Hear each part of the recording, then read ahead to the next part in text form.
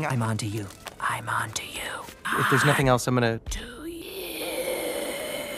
Monsters, Inc. is my second favorite Disney Pixar film of all time. So naturally, when I heard that they were making a sequel in the form of a new show on Disney Plus, I was both cautiously optimistic and extremely excited. The original film left a huge impact on my childhood and to this day is held in such high regards personally as a testament to animated storytelling and comedy. While not as good but still a fun time, Monsters University was a fun hangout with familiar friends, but more importantly, it left me wanting more from this universe. So I guess my wishes were granted with this Monsters at Work, a direct sequel to the film that sets itself right after the events of the original film. The series is set for 10 episodes, 2 of which have been released on its first day of streaming with 1 new episode a week. Maybe at the end of the series being fully out, we can come back together and discuss this series as a whole, but for today, I wanted to talk about the first 2 episodes, my thoughts on the show itself, and if Monsters at Work is a worthy follow-up to Monsters, Inc. So I hope you enjoyed the video. Make sure to drop a like as it truly helps the video out, and you're like 3 times cooler if you do. So like I said, the show takes place right after the events of the original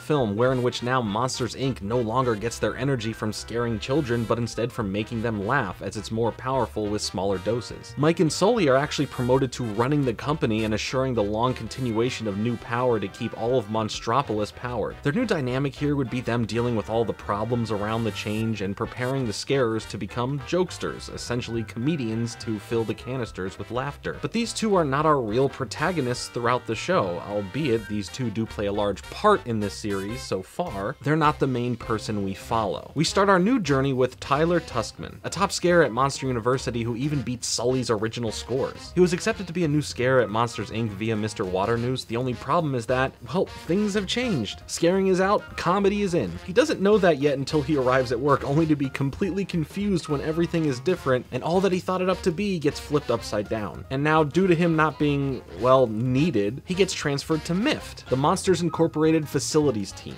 which descends Tyler into the deep lower levels of the building. I think this was a fun angle to take the show in. As you see as we discuss further, it becomes a fusion of a fish out of water story mixed with, and stay with me here, The Office. Yeah, I did just say that. After sitting back from watching both episodes a couple times, it really dawned on me that Monsters at Work took the characterization aspect of The Office and applied it here within the show. Literally, this character here, Val, is voiced by Mindy Kaling, who was in The Office. There's a Dwight Schrute type character, Duncan, that holds himself in these high regards in an all too serious manner, albeit a little bit more personality driven. There's Cutter, who's a mix of multiple characters from The Office if you were to compare them. And even the boss Fritz, voiced by Henry Winkler, is a I overly love my job type of boss who isn't the brightest, but has a heart of gold and reacts purely based on emotions. Literally, this is The Office. Oh, can you imagine? Tyler falls into the gym category with bigger aspirations, who wants to get out of this gig and make his way back up to the laugh floor and wants to try his best to become funny. Oh yeah, and there's Banana Bread. He's actually just this guy from SpongeBob. Now the show itself doesn't directly feel like The Office in the sense of a camera crew filming everything, and it isn't just purely based on shenanigans. At least not yet anyway. It still retains its own identity, which is important because if that weren't the case, you'd just be making The Office. Here the main focus is Tyler's struggle, accepting what he wanted and where he wants to be, as well as what it takes to get there.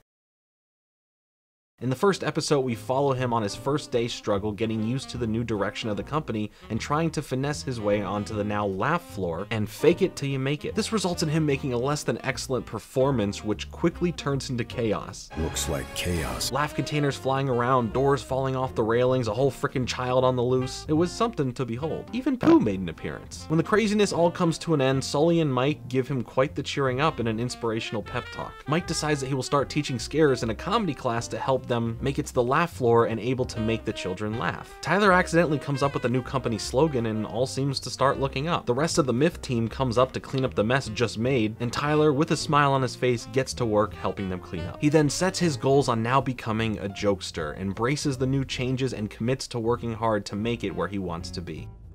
Our second episode finds Tyler struggling, juggling his MIFT co-workers while trying to learn the basics of comedy within Mike's comedy class. Straddling that office-like line, we do see here some MIFT office shenanigans like MIFT initiation that's full-on nonsense, some practical jokes, and when there's no real work to be done, just a whole lot of messing around. We also see the stresses of the change from scaring to comedy, with monsters getting worn out from carrying the load while others learn how to be better at said comedy. Mike even wires himself up with a 36.5-hour energy drink. And when he's all amped up, he continues to overwork himself to the point he gets trapped within a door that is malfunctioning, meaning the whole MIF team have to kick it into gear and fix the situation. Everything continues to go wrong with the system's malfunctioning, and when a rusted nut needs to be loosened out of place, they need someone who is stronger with longer arms to help twist it to save the day. Tyler realizes that he's actually part of a team effort and can contribute in a meaningful way, understanding more about MIFT and their actual importance in the workplace. Getting the job done ends up giving him more hope and happiness for where he currently is in his position. And even when Banana Bread gets promoted to the Laugh Four because he's a comical genius, Tyler doesn't get jealous. He congratulates him and sees that there actually is a viable way out of MIFT and to make his way to his actual dreams within the company. It's a nice heartfelt moment for Tyler and seeing how close the rest of the MIFTers actually are.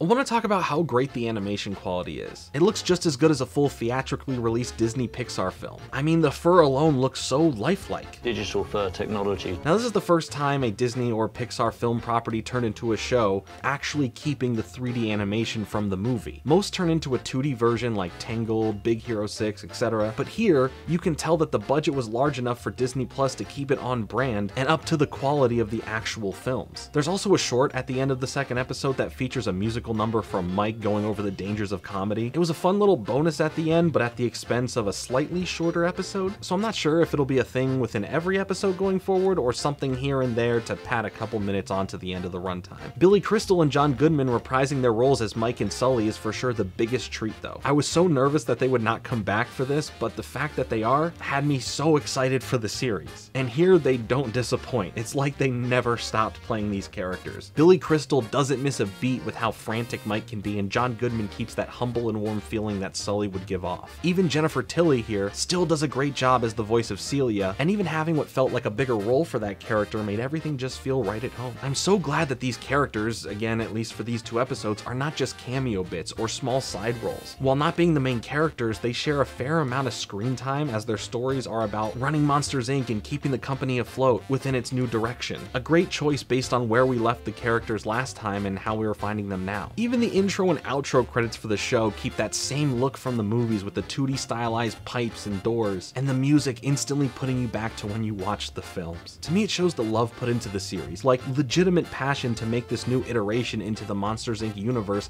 feel truly connected and something special. So overall, those are my thoughts on Monsters at Work, a fun return to a world I personally hold near and dear to my heart. I think there is potential for the show to not only give enough of the stuff that we know, like the characters and the setting, but also explore more of it, show us more of Monsters Incorporated, flesh out the new characters, and make their story just as impactful as the journey of Mike and Sully in the original film. I look forward to seeing what the following 8 episodes have to offer and where we leave off at the end of this season. I would love to make a follow-up video in September when all the episodes are out to discuss my thoughts on the show as a whole, so hopefully we can all have a larger discussion then too. I appreciate you all checking out this video. It means a lot to me that you choose to spend a few moments of your day along with me. Hit the like button if you want to see more videos like this, and again, it truly does help out the video. Subscribe to be a part of my journey through movies and television and how these films and shows affected my life from the past and present. As always, I will see you soon with another video, but until then, later.